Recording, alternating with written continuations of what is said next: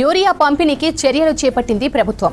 రాష్ట్రంలో సరిపడా యూరియా ఉందని, రైతులు ఆందోళన చెందాల్సిన అవసరం లేదని తెలిపింది.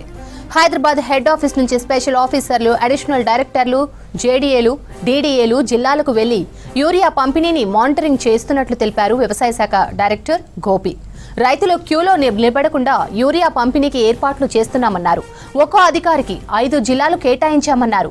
జిల్లాల కలెక్టర్లు కూడా యూరియా పంపిణీని ఎప్పటికప్పుడు మానిటరింగ్ చేయాలని ప్రభుత్వం ఆదేశించింది. యూరియా పంపిణీకి చర్యలు చేపట్టింది ప్రభుత్వం. రాష్ట్రంలో సరిపడా యూరియా ఉందని, రైతులు ఆందోళన చెందాల్సిన అవసరం లేదని తెలిపింది.